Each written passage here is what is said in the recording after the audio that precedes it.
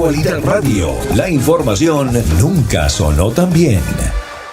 Actualidad Radio, que es una de las emisoras que está bien posicionada por la calidad humana y por la calidad en sus servicios informativos, en la variedad, en su parrilla de programas, que es excelente. Gracias, yo me siento muy contento.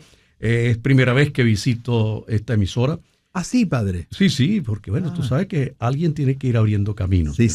Pero bien, estoy aquí para compartir con ustedes el sentido profundo de lo que es la Semana Santa, que nos invita a vivir intensamente el misterio de la pasión, muerte de nuestro Señor Jesucristo, y sabiendo que la vida misma, la de ustedes, la de todo ser humano, se mueve también traspasada por la pasión, es decir, el dolor, el sufrimiento, la angustia, pero también hemos de tener la confianza que Dios nos ama con ternura infinita y que celebrar el misterio pascual es celebrar la cima del amor de Dios, que nos dice: tanto amó Dios al mundo que entregó a su Hijo único para que no se pierda ninguno de los que creen en Él.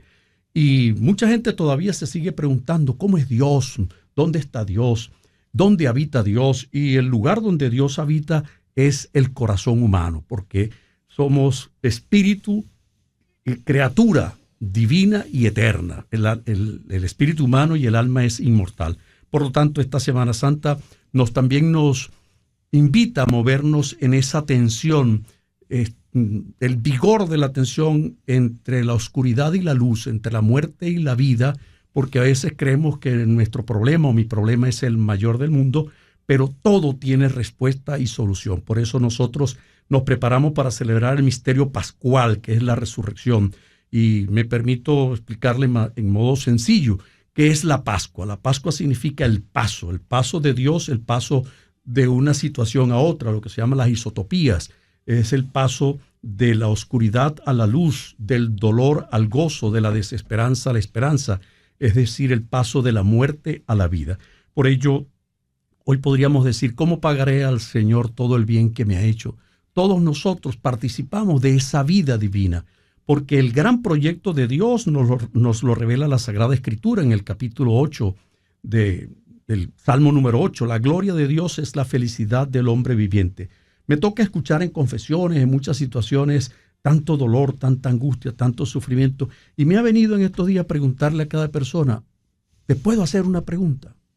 Y dice: sí, padre. ¿Tú quieres ser feliz? Y todos me dicen sí. Y ese es el anhelo más profundo del ser humano. Y para ser feliz nosotros tenemos que desmontar todas las falsas concepciones, todos los grillos que tenemos en la cabeza, y creer que muchas veces Dios está pendiente de ver nuestros errores, cuando Dios es un Dios de misericordia que comprende nuestra condición humana. Por ello Jesucristo, en este tiempo de Semana Santa, nos invita a caminar y compartir con nosotros. Y hoy, Jueves Santo, yo tengo que agradecerle esta invitación, porque hoy es el día en el que nació el sacerdocio, nació la Eucaristía, el Jueves Santo en la Última Cena. Imagínense ustedes que los discípulos de Jesucristo, estando con él comiendo, todavía no entendían qué estaba pasando, quién es este. Y ya Jesús, antes de llegar a este periodo de la Pascua, le conduce a sus discípulos a un lugar apartado, solitario, donde pudiesen pensar por su propia cabeza, porque Jesús también incorpora a su misión evangelizadora parte del método socrático, que era preguntarle al discípulo, no responderle, sino que cada quien pensase con su propia cabeza, y dice: conócete a ti mismo.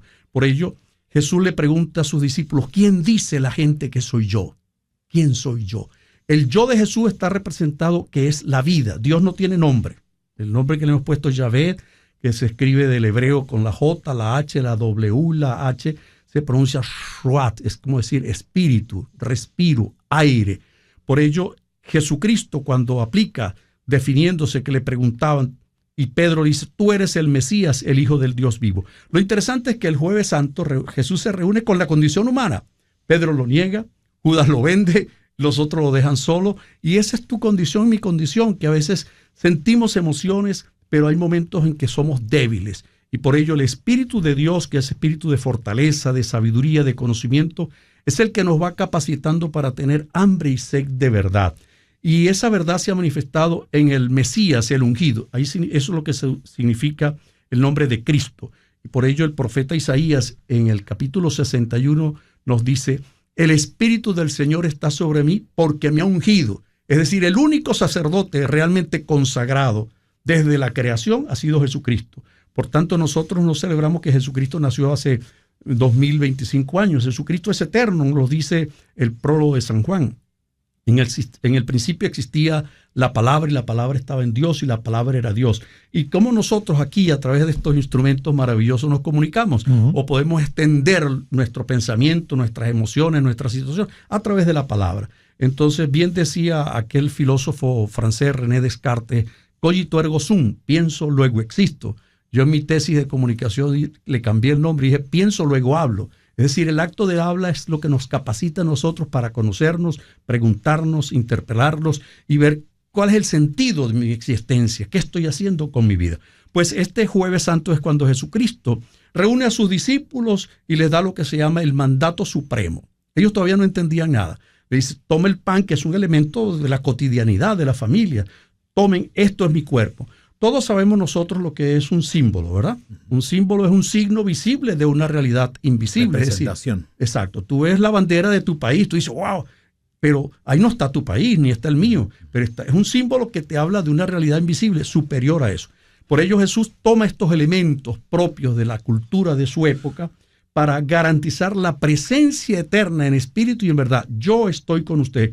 Por lo tanto, al instituir la Eucaristía, le da facultad a los discípulos y dice: hagan esto en memoria mía. De tal manera que en cada Eucaristía, como un acto sublime de fe, imagínate, yo sería un iluso que en julio cumplo 42 años, yo dejé ingeniería para meterme en esto y yo decía, todavía sigo creyendo, porque es un acto de fe y la fe es un don de Dios, un don del Espíritu, pero la fe comienza por la experiencia personal de cada uno. Y este Jueves Santos, Jesucristo instituyó primero la Eucaristía, luego sin sacerdote no hay Eucaristía, el sacerdocio, pero luego le da la ley suprema, el mandato del amor. Y el amor comienza demostrándolo, se quita. Ustedes todavía no comprenden esto, le dice él a sus discípulos. Ustedes todavía no comprenden esto, pero el que quiera ser grande, que se haga el servidor. Por lo tanto, el sacerdote ante todo tiene que ser una persona capaz de entender, de servir, de apoyar, de comprender y de ser misericordioso, porque todo sacerdote y todo bautizado está llamado a ser un signo visible del amor.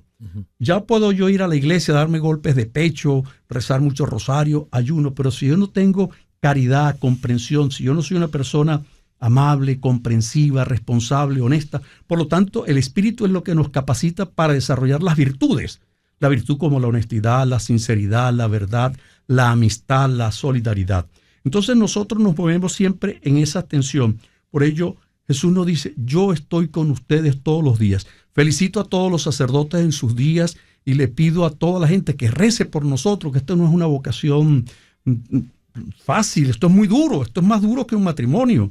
Y por ello necesitamos mucho la oración que nos dé la fortaleza para saber que nosotros ya no nos pertenecemos. Pertenecemos a la gente, al pueblo, y por lo tanto invito a todos los sacerdotes, solo aprendí de algunos de mis profesores, que lo que no soporta a la gente es que las traten mal. Lo que no soporta a la gente es el sacerdote pesetero, que no soporta a la gente que el sacerdote no tenga tiempo, porque nosotros no somos funcionarios de horarios, tenemos que tener la disponibilidad. Por ello, hoy en este día nos invita a cada quien ver cuál es el sentido de la Semana Santa.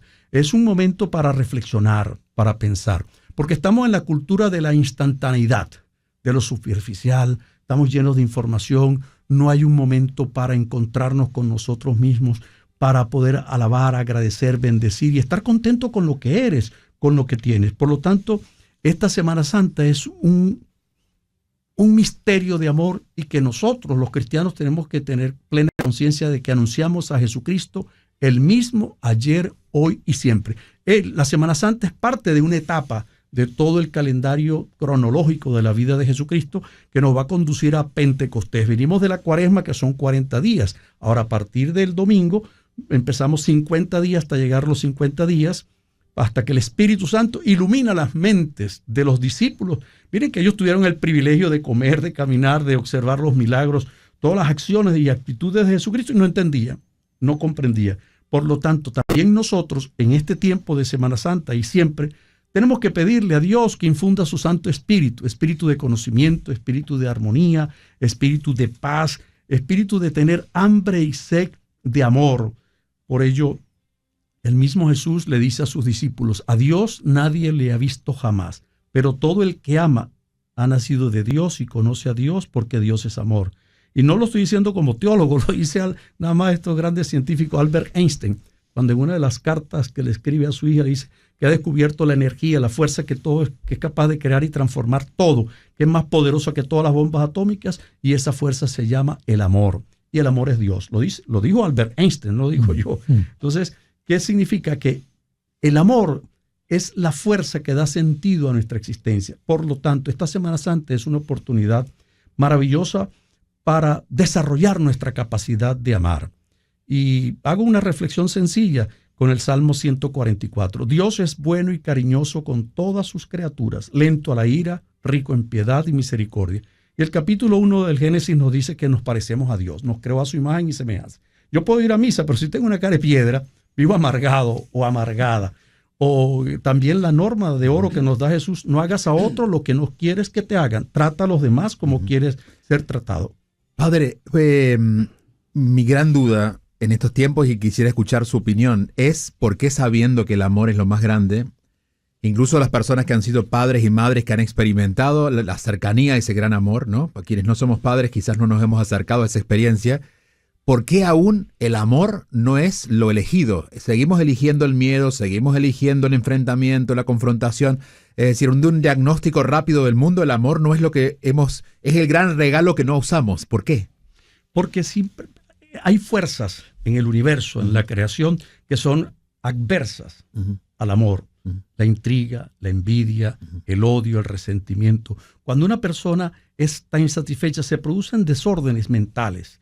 Y en los desórdenes mentales, yo he hablado muchas veces, decimos que estamos atravesando por una de las pandemias más peligrosas y que poca gente le está prestando atención, inclusive más peligrosa que la pandemia del COVID, es la pandemia de la salud mental. Claro. Que estamos viendo personas que andan desequilibradas, insatisfechas. Vean lo que acaba de pasar hoy en la Universidad en Tallahassee. Sí. Vemos lo que está pasando por el mundo. Entonces, el hombre insatisfecho lo que desarrolla es el Thanos, esa fuerza destructora que lo lleva a acabarse con él mismo. Vea lo que está pasando con el fentanilo, vea lo que está pasando con... No, y cómo nos tratamos, o sea, vaya a la calle, padre. Cómo nos miramos. En el mismo tráfico. No necesariamente con amor. Porque creo que una de las partes de nuestra condición humana es que Dios nos dotó, la creación nos dotó, la sabiduría, la inteligencia divina nos dotó de 3 facultades.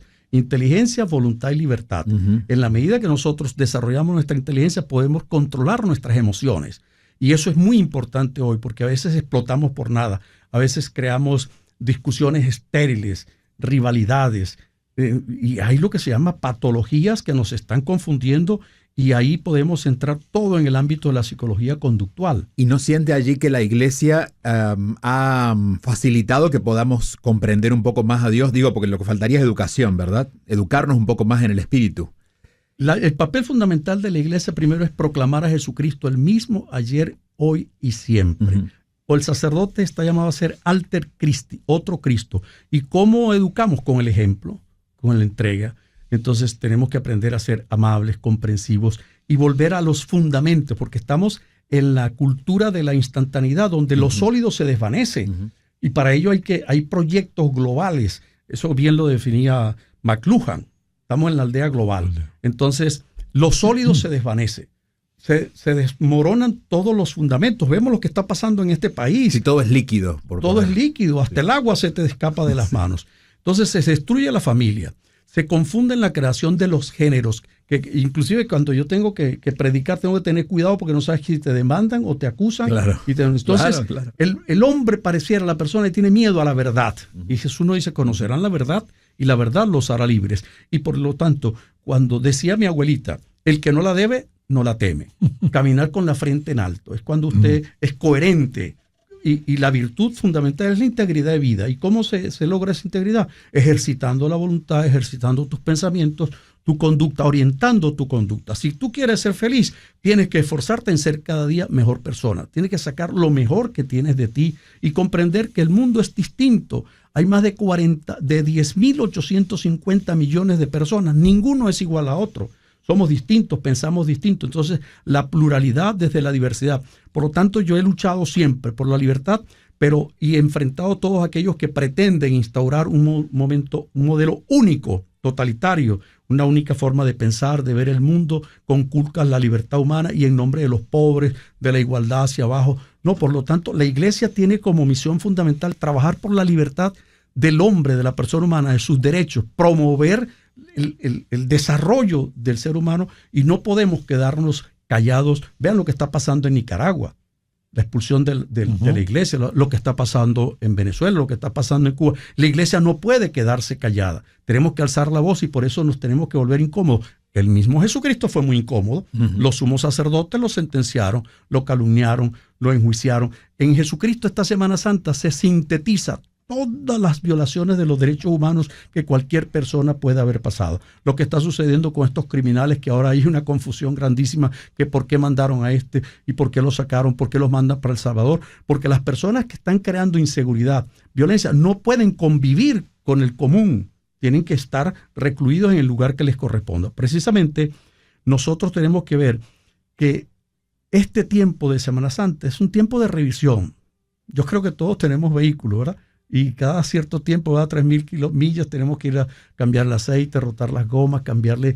Así también el ser humano necesitamos renovarnos, revisarnos, mejorar nuestra conducta y buscar el equilibrio interior, el dominio de nosotros mismos. Pues esta Semana Santa es un espacio privilegiado para reflexionar, para reencontrarnos con la familia, para valorar a los amigos, para disfrutar las cosas más sencillas, porque también se está volviendo la Semana Santa como un espacio del turismo. Y yo creo que este es un tiempo como para fortalecer nuestra vida espiritual, porque el hombre sin espíritu, ¿y qué nace del espíritu? La vida, y por ello creo que esto es un día, pensando en el cenáculo que he tenido la oportunidad de celebrar misa allí, precisamente acompañé a Juan Pablo II en el año 2000, cuando él quiso seguir las huellas de Jesucristo. Yo era director de Radio Vaticano para América Latina y el Caribe. Entonces me tocaba viajar con el Papa Juan Pablo II y con Benedicto XVI a distintos países, y ahí lograba experimentar cuando el Papa dice: yo estoy feliz de estar aquí en el cenáculo donde Jesús estuvo con sus amigos. Uno lo vendió, otro lo traicionó, otro lo dejaron solo, pero para nosotros seguir a Dios tenemos que seguir la ley del amor que está impresa en nuestros corazones. Y el que ama es una persona libre, es una persona feliz, es una persona coherente, auténtica. Por lo tanto, esta Semana Santa tenemos que preguntarnos: ¿cómo está mi capacidad de amar con mi familia, con mis hijos, con mis hermanos? ¿Cómo está mi capacidad para orar por aquellos que están atrapados en la droga, atrapados en una enfermedad, atrapados en el sufrimiento? No podemos ser indiferentes al dolor humano, porque Cristo lo asume, porque el final de Cristo no es la muerte, porque si el final de Cristo hubiese sido la muerte o la crucifixión, estaríamos fracasados, pero el final es la resurrección. Y precisamente me encontré un libro que se llama Creer en la Resurrección, de Gerald Collins. Este fue uno de mis profesores en la Universidad Gregoriana, un gran teólogo que se dedica, hay varias obras de él, ¿no? Fue hasta rector de la universidad. Pero hablar de la resurrección es uno de los temas más complejos. Y resucitar, no podemos esperar morir para resucitar. Resucitar significa renovarse, transformarse, cambiar ciertos esquemas, ciertas actitudes o ciertas posiciones para empezar a disfrutar la vida. Este mundo es maravilloso, pero tenemos que aprender a vivir y a tener los pies sobre la tierra y la mirada puesta en la vida eterna. ¿Y qué es la vida eterna? Y por eso este es el plan de Dios.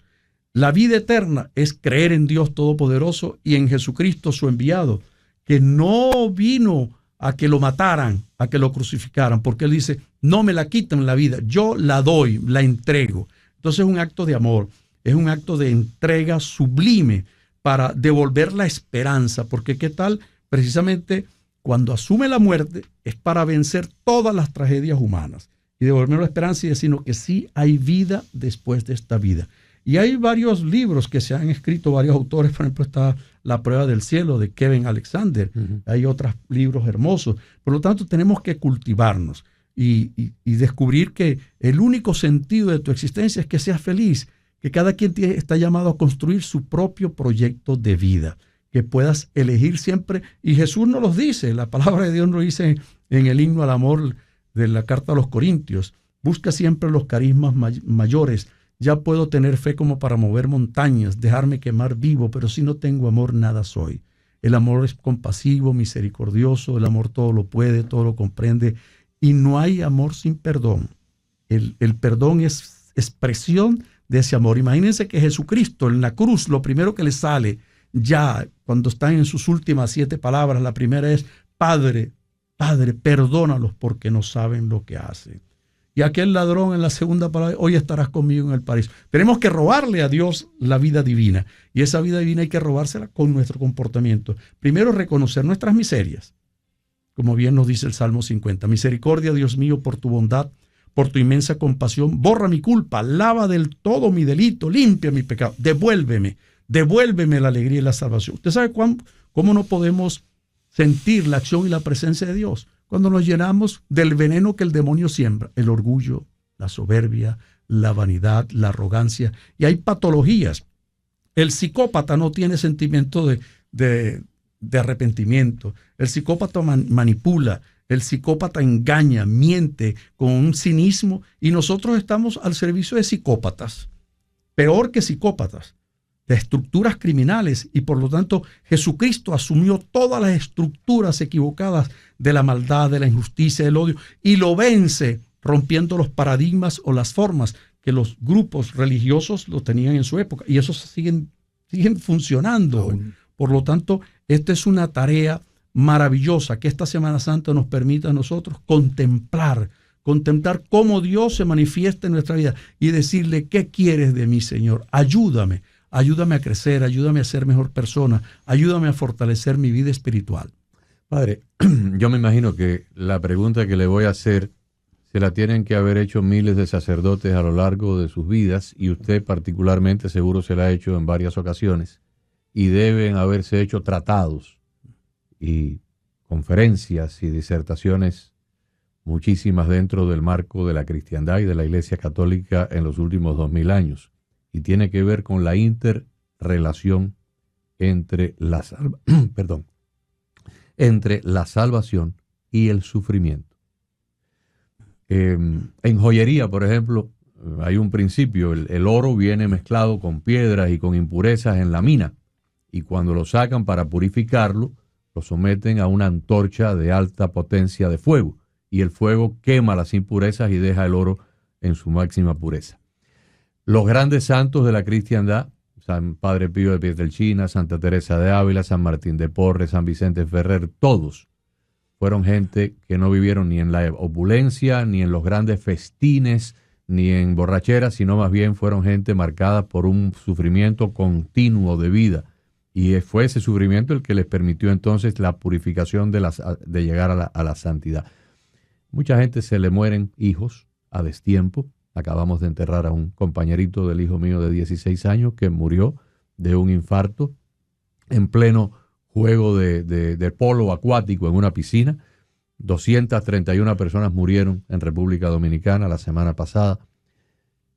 ¿Cómo se explica que el Dios que ha creado trillones de galaxias, miles de trillones de planetas y todas las especies que vemos acá, de aves, de pájaros, de peces, de insectos y todas las flores, que tiene esa capacidad tan enorme de crear para poder redimir a la raza humana, tiene que encarnarse y morir en la cruz, en lo que los médicos que han estudiado esto, los médicos forenses, los médicos patólogos, dicen que era la forma más espantosa de morir de esa época, la crucifixión, pero que además, antes de la crucifixión, lo molieron a golpes, lo molieron a latigazos, lo molieron a todo tipo de torturas y luego lo clavaron en el madero.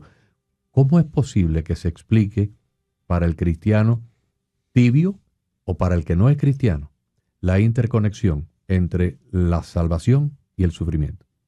Pues yo creo que ante el misterio de la vida humana, la misma mente humana queda desconcertada, y la eterna pregunta, ¿por qué a mí? ¿Por qué este muchachito de 16 años del Colegio Belén muere en esas condiciones. ¿Por qué la tragedia?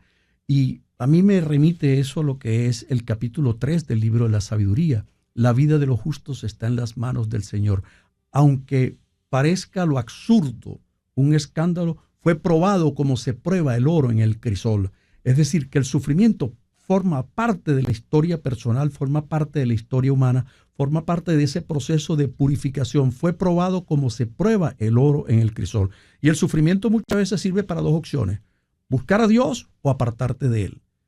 Y el sufrimiento sirve como para aquilatarnos, para fortalecer nuestra fe, porque mucha gente piensa que la fe es como una anestesia que te tranquiliza tu conciencia, que no te das cuenta de tu realidad, no aceptas tu problema, siempre buscas como Adán y Eva allá en el paraíso de echarle la culpa al otro, y como ante la impotencia humana, el ser humano lo que busca es respuesta porque quiere certeza. Le echa la culpa a Dios, y por ello nosotros tenemos que aprender a aproximarnos en el misterio de nuestra propia vida. La vida humana está demostrada, es efímera.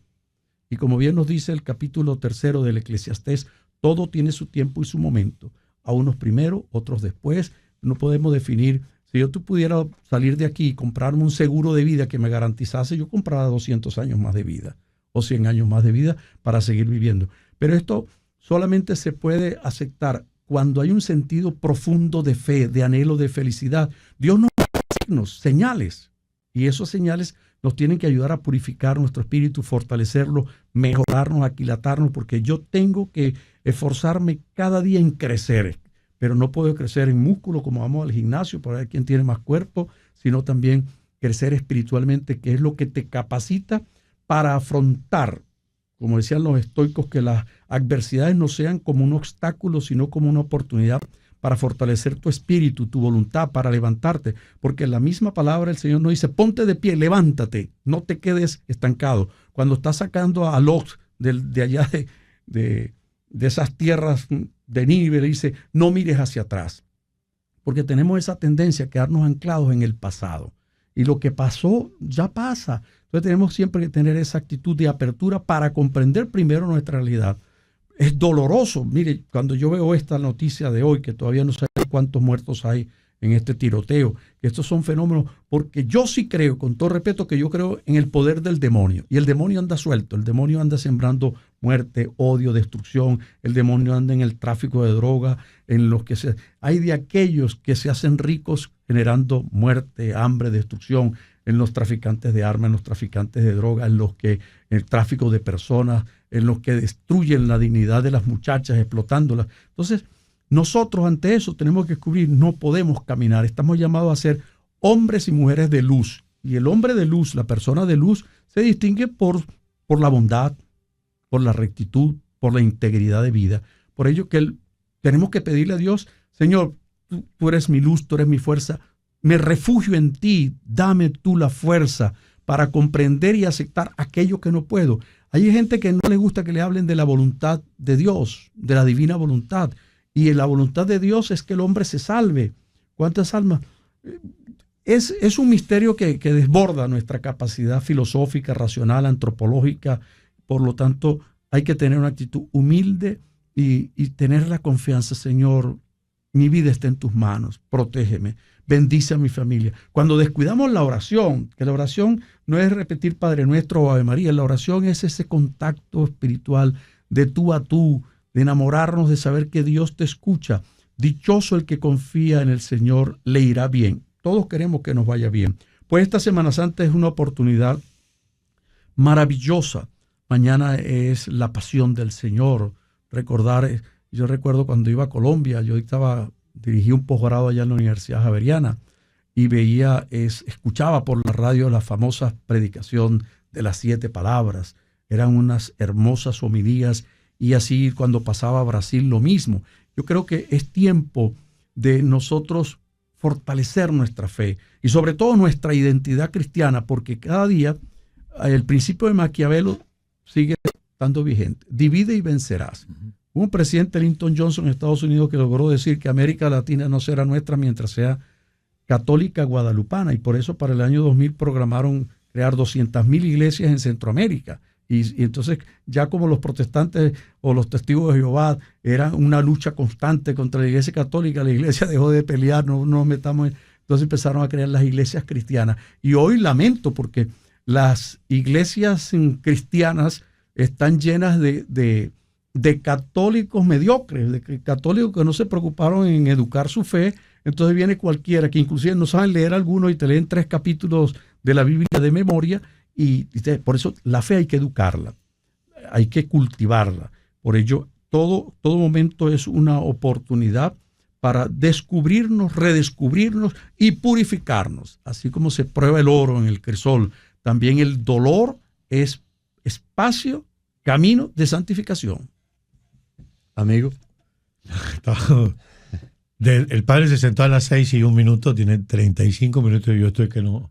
Entre escucharlo y lagrimear y sentir que cada palabra y cada explicación le llega a uno al corazón. Y eso que preguntaba Agustín, para que el tema del sufrimiento, padre, el aceptar los designios de Dios y no entrar en un conflicto, preguntarle a Dios por qué yo, eso que usted decía, hay a quienes se nos hace sumamente difícil cuando estás atrapado en una situación que dice, bueno, la voluntad de Dios es que yo tenga una pérdida, que un hijo se vaya, lo que le ocurrió al amiguito del hijo de Agustín.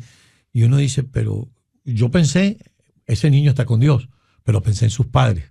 Y le dije a Agustín, ¿cómo deben estar esos padres? Entonces, ¿cómo aceptarlo? Déjame, antes que el padre responda, dar un testimonio que quizás pueda ayudar a algunas personas que hayan perdido seres queridos recientemente. Imaginemos todos que estamos en las afueras de un gran teatro donde se está presentando la mejor obra de teatro del mundo. Y estamos afuera porque no podemos entrar porque está lleno el auditorio, ¿verdad? Y de pronto hay 3 o 4 personas adentro que se sienten cansados y se van, pero salen por la puerta de atrás y se quedan 4 o 5 butacas vacías. Entonces, nosotros estamos desesperados afuera por entrar a la obra de teatro y se abre la puerta y el portero o el acomodador mira y nos dice, señor Acosta, Carlos Acosta, usted es el próximo agraciado. Y tú entras al interior del teatro y los demás nos quedamos afuera esperando. Te han premiado con esa entrada a algo que tú querías. Mi madre muere cuando a mí me faltaba un mes para cumplir los 7 años de edad. Y yo en ese momento no entendía nada.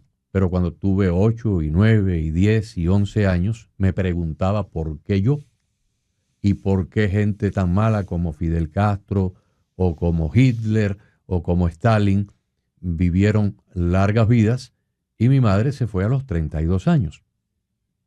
Y yo siempre me mantuve con esa inquietud y con esa averiguación. Yo tuve alrededor del año 75 la oportunidad de leer el primer libro del médico americano Raymond Moody, que fue el primero que escribió e investigó la vida después de la muerte. Y en ese libro habían testimonios de cientos de personas que habían tenido una muerte clínica, un infarto, un accidente de tránsito, un paro cardíaco en un quirófano, y estuvieron 15, 20, 30, 40 minutos muertos y luego regresaron porque los médicos o los paramédicos lo resucitaron y contaron lo que había del lado de allá.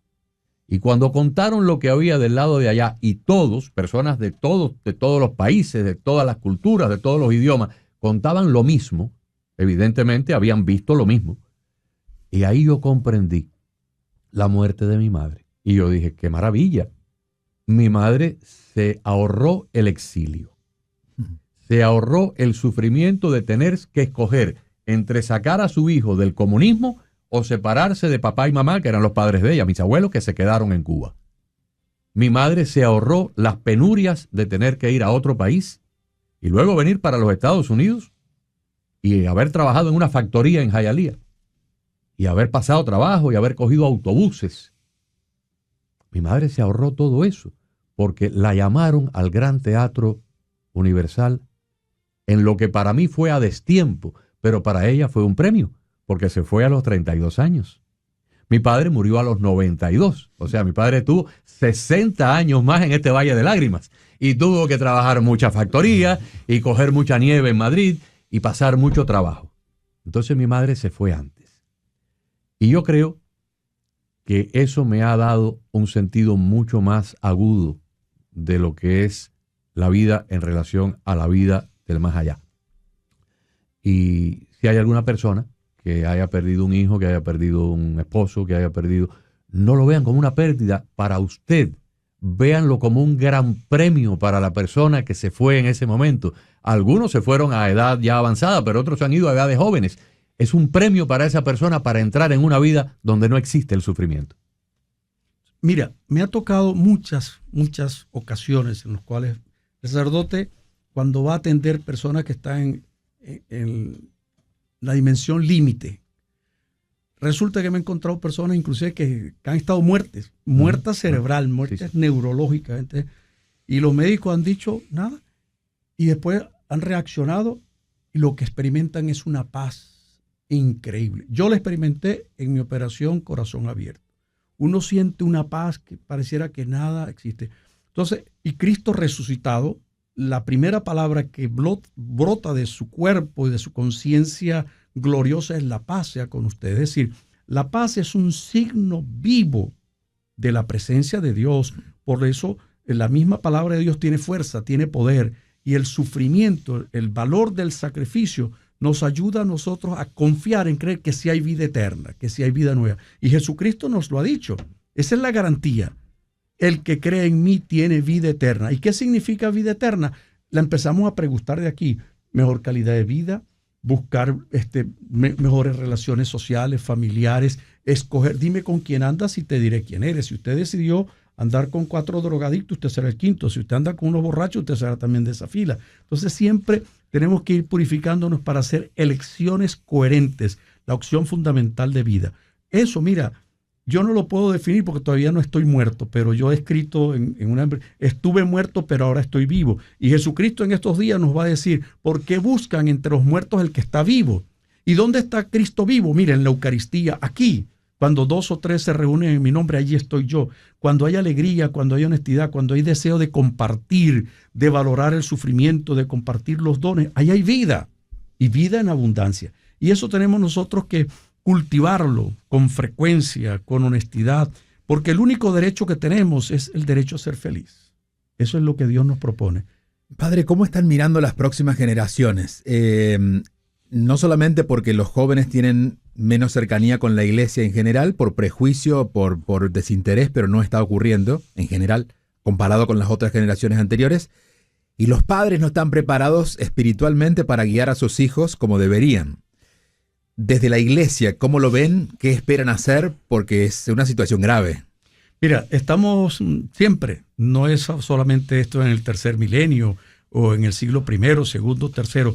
La humanidad siempre está en un proceso dinámico de transformación, cambios profundos en el ámbito económico, social, psicológico, conductual. No hay un estatismo porque la vida es dinámica. Eso estamos de acuerdo, pero en este momento es peor. La evidencia es que yo, a mi edad, he tenido mayor educación religiosa. Mis padres tuvieron un poco más que yo, pero la gente de 30 años menos y el que tiene hoy 12 años no sabe, ni siquiera conoce el nombre de Jesús como alguien que representa el mensaje que trae Jesús, sino como un símbolo cultural en algunos casos. Es decir, la degradación es rápida.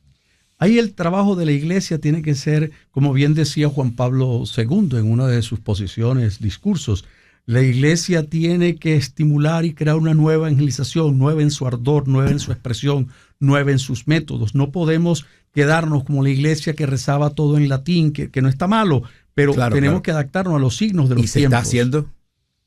Yo respondo por la parte mía. Sí. Yo no puedo responder por todos los demás, ni por la iglesia en general, porque yo no soy vocero de la iglesia. Entonces, nosotros como bautizados somos parte de esa iglesia, parte de ese cuerpo. Ahora, pero disculpe le interrumpo, padre, pero un poco en la tónica de lo que Julio plantea, también hay una una tarea que nosotros como padres tenemos, porque yo estoy seguro que lo que acaba de decir Julio aplica a una buena parte, pero los hijos de Agustín saben quién es Jesús, mis hijos saben quién es Jesús.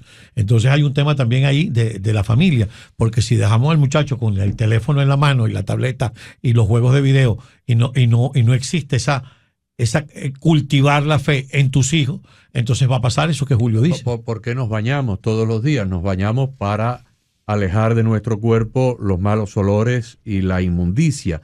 ¿Por qué nos perfumamos? Bueno, nos perfumamos para que las personas a nuestro alrededor tengan buenos olores agradables de nuestra persona. Que nuestra presencia sea agradable. Exactamente. Si no nos comunicamos con Dios, y la oración es la comunicación, está la oración repetitiva y está la oración interior, está la oración en silencio, hay muchas formas de oración. Si no nos comunicamos con Dios, nos exponemos a corrientes muy peligrosas que andan a nuestro alrededor en el mundo invisible, porque el propio credo de los apóstoles dice, Dios creó lo visible y lo invisible. O sea, a nuestro alrededor hay un montón de peligros y hay un montón de cosas que afectan a nuestro matrimonio, afectan a nuestros hijos, afectan nuestra economía, afectan nuestra salud, afectan nuestros carros. Podemos tener un accidente o no tener un accidente. En la medida en que nosotros podamos tener una comunicación con Dios, y esto yo lo he podido experimentar más allá de toda duda en mi vida personal, en diferentes épocas y en diferentes momentos, en la medida en que Dios está presente en tu vida va a marchar mejor. Tu economía marcha mejor, tu salud marcha mejor, tu matrimonio marcha mejor, tus negocios marchan mejor, tu interacción con los demás marcha mejor. Agarra a cualquier persona en la calle que ande peleando con los demás, bronqueando con los demás, y esa persona no tiene a Dios en su vida, porque como decía el padre anteriormente, si tú tienes a Dios en tu vida, tú reflejas. O sea, tú no puedes, proyectas una luz en un espejo y el espejo no va a reflejar oscuridad, va a reflejar luz. Ahora, si tú proyectas en ese espejo cualquier otra cosa fea, desagradable, tenebrosa, eso es lo que el espejo va a reflejar. Yo creo que es muy importante, los padres, yo estoy educando en este momento por segunda vez en mi vida 2, uno de 16, uno de 13, no es tarea fácil en los Estados Unidos, crear muchachos adolescentes no es tarea fácil, pero si les puedo dar un consejo a los padres, a los abuelos que nos están escuchando, traten de conectar esos pequeños con la parte espiritual, porque es lo único que los va a garantizar de preservarlos, crearles como una especie de burbuja inmunológica de todos los peligros de la vida moderna. Creo que, mira, en función de eso que dices, Julio, la primera escuela donde nos educamos es la familia. El saber bendecir al hijo, saberlo aceptar y sobre todo fortalecer la comunicación. La auténtica comunicación es la face to face, facha a facha, cara a cara. Es decir, que el papá tenga tiempo que el niño lo vea, porque en esta dinámica tan asfixiante a veces el papá o la mamá no tiene tiempo de ver los hijos, los lleva al colegio y después cuando lo busca ya está dormido. O en la convivencia no se conectan porque están en diferentes momentos, diferentes espacios de la casa, no hay conexión, no se miran, ¿no? Y ahora lo que nos espera es, nosotros ya hemos padecido y sufrido y nos adaptamos a ciertos cambios, pero no podemos hacer resistencia a los cambios. Ahora con lo que viene, el boom de la inteligencia artificial, a eso me refería. No podemos saber qué va a venir. Hay un proceso de robotización, la técnica está deshumanizando, hay un proceso como de deshumanización donde la persona pareciera que vale más por lo que tiene, por los conocimientos. Por ejemplo, hay personas que tienen 500 millones de seguidores o 50 millones de seguidores, pero a veces ni siquiera conocen dos amigos o tienen una amistad, o en el mismo hogar no hay espacio para el diálogo, para el intercambio, para preguntar por qué estás triste, cómo te fue hoy, ven acá hijo, cómo están las tareas, ven acá. El papá y la mamá tienen que dedicarle más tiempo y también poner límites. El muchacho no lo puede dejar cuando tenga 7 años, 8 años, dejarlo hasta las 2, 3 de la mañana encerrado en el cuarto. Yo he tenido experiencias como sacerdote de muchachitos que la mamá los dejaba hasta tarde chateando en el teléfono, después y lo iba a buscar, el muchacho amaneció ahorcado, 13 años. Y entonces hay lo que se llama la ansiedad, hay una crisis de identidad porque hay un vacío existencial. Y entonces el muchacho, la persona, anda buscando respuestas y ahorita con la técnica del TikTok, del WhatsApp, y quiere saber algo googlealo, Wikipedia. Entonces, ahí no hay tiempo para sentir lo que es la palabra del padre, de la madre, del hermano, de la hermana. El amor. El amor. Por lo tanto, tenemos que reconstruir las familias, empezar a establecer vínculos de encuentro, compararnos, mira que la familia del otro, ¿por qué no podemos estar mejor? Y de allí el reto que tenemos o que tienen los padres cada día es más exigente. Yo tengo sobrinos, tengo familia y a veces uno dice luz para la calle y oscuridad para la casa, que ese al que menos escucha. Los muchachos de hoy en día, aquí, de lo que yo conozco, en el contexto que me muevo, le creen más a los amigos que a los papás. Uh-huh. Escuchan más a los amigos que a los papás, pero eso es responsabilidad también de los padres. Totalmente. Padre, no podemos dejar que usted venga aquí y nos haga toda esta explicación tan profunda de espiritualidad sin aprovechar su visita en los 4 minutos que nos quedan para que les dé un mensaje particular a 3 grupos de personas.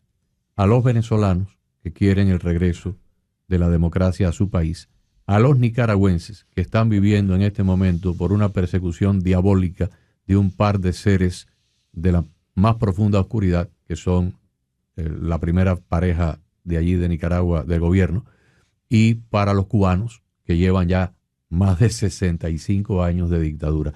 Un mensaje espiritual, un poco de luz para estas 3 comunidades que viven bajo dictaduras. Con el mayor cariño, bendito sea Dios, Padre de nuestro Señor Jesucristo, que nos ha bendecido con toda clase de bendiciones espirituales y materiales. En este momento Dios quiere hablarle a nuestros hermanos de Nicaragua, Cuba, Venezuela, de cualquier pueblo o nación que se encuentren oprimidos bajo el régimen de la esclavitud, del totalitarismo o del comunismo, que son ideologías satánicas. Dios quiere hablarnos a través del profeta Jeremías para decirle a estos pueblos: yo tengo designios de éxito, de paz, de prosperidad para ustedes. No pierdan la esperanza. Yo mismo he decidido bajar para liberarlos. Yo estaré con ustedes en el sufrimiento y en la purificación.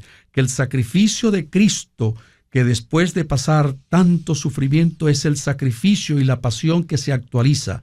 La pasión de Jesucristo en la crucifixión es la pasión de nuestros hermanos que se ven perseguidos, en los presos políticos, en los que están muriendo de hambre, en los que tienen ese anhelo profundo de libertad, en los que están en la diáspora, en este éxodo tan terrible.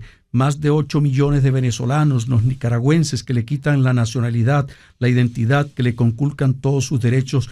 Puedo decirles con la fuerza del Espíritu Santo: no perdamos la esperanza, que este año vienen cambios profundos para nuestros pueblos, porque Dios tiene designios de paz, de prosperidad y libertad. Para ser libres, Cristo entregó su vida en la cruz. Que nos veamos todos los que estamos sufriendo, porque aquí los que estamos también hemos padecido el dolor, el sufrimiento, la persecución, el desprecio, nos han desarraigado, sacado de nuestras tierras. Mantener firme nuestra esperanza y encendida la lámpara de la fe y decir: todo esto pasará, porque Dios sufre y padece con el sufrimiento de todos nuestros hermanos en Cuba, más de 66 años bajo la opresión, uno de los pueblos más hermosos de toda América Latina y el Caribe. Vemos cómo ese hombre nuevo que han querido fabricar, como decía Nietzsche, ese hombre nuevo es el odio, el hambre, la misericordia, el atraso, la vulneración, la conculcación de la libertad y de todos los derechos. Pues siempre hay un mañana por vivir y una esperanza por realizar. Yo, como sacerdote católico cristiano, les digo: el Espíritu Santo está sobre nosotros. Dios conoce nuestro sufrimiento y el sufrimiento de las madres que pierden a sus hijos, de los que están encarcelados, de los que están perseguidos, de los que les quitan sus propiedades, de los que le impiden realizarse como personas. Pues la misión de la Iglesia es no solamente salvar el alma, sino al hombre concreto, carne y hueso, porque es allí donde Dios nos invita a trabajar por la liberación de todos los pueblos y de todos aquellos que sufren. Que el Dios de la vida, el Dios de Jesucristo, que desde la cruz también diga: Padre, perdónalos porque no saben lo que hacen. Pero Dios no es un Dios injusto. No hay perdón sin castigo. Por lo tanto, Chávez, Fidel Castro, estos demonios que están en Nicaragua, también les llegará el momento de su juicio y serán sentenciados severamente por todos los males que han causado. Cuando a mí me dicen que ore por ellos, yo oro, pero como dice la Virgen Santísima, proclama mi alma la grandeza del Señor, se alegra mi espíritu en Dios mi Salvador. Derriba el Señor a los poderosos, derríbalos del trono donde se han sentado, que es el trono de la injusticia, de la maldad y del oprobio. Les digo, queridos hermanos, este es tiempo para orar con fe, con confianza, sin duda, sabiendo que Dios tiene su tiempo y su momento. Nos viene este año 2025, será el año de gracia y liberación. Dios escuche su palabra. Muchísimas gracias a nombre de Julio Bebione, de Carlos Acosta y en el mío propio por su visita en persona acá a nuestros estudios y por darnos este mensaje tan luminoso, tan edificador y ojalá tan profético. Gracias, Padre.